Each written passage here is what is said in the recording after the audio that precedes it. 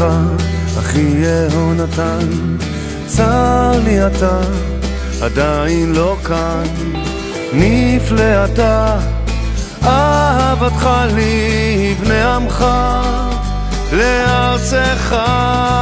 אתה שהופקרת, אתה אחד, אתה שנשארת שם בכלא לבד, מחכה שנה אחר שנה, נושא איתך את צער השכינה.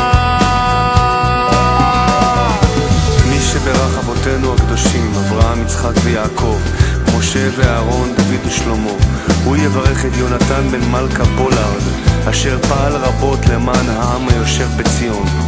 הקדוש ברוך הוא ישמרהו ויצילהו מכל צרה וצוקה ומכל נגע ומחלה, יוציאהו במהרה לחירות עולם, ויזכהו לעלות ציון ברינה, ויזכה לאורך ימים ולשנות חיים ברוב עוז ושלום, בעבור שכל הקהל מתפלל עבורו. בשכר זה הקדוש ברוך הוא ימלא עליו רחמים, ירבה כוחו ויבטל צערו. צר לי עליך, אחי יהונתן, צר לי אתה עדיין לא כאן. נפלא אתה, אהבתך לי בני עמך, לארצך.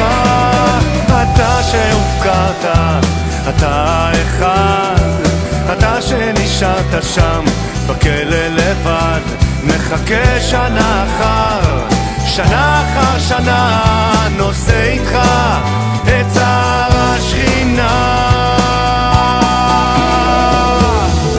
אבינו שבשמיים, יהי רצון לפניך שיעלו לפני כיסא רחמך תפילותינו ובקשותינו, ובזכות אבות תושיע בנים, ויקוים בו הפסוק הוציאה ממסגר נפשי להודות את שמך במהרה בימינו, אמן. צר לי עליך, אחי יהונתן, צר לי אתה עדיין לא כאן. נפלא אתה, אהבתך לי בני עמך, לארצך. צר לי עליך,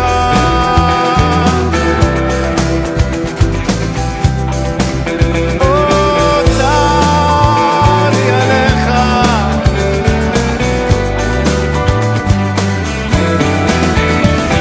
הגיע הזמן לגאולת יהונתן, גם דוד המלך מחכה איתנו כאן, תחזיק מעמד עוד מעט יונתן, כי הגיע הזמן ועכשיו זה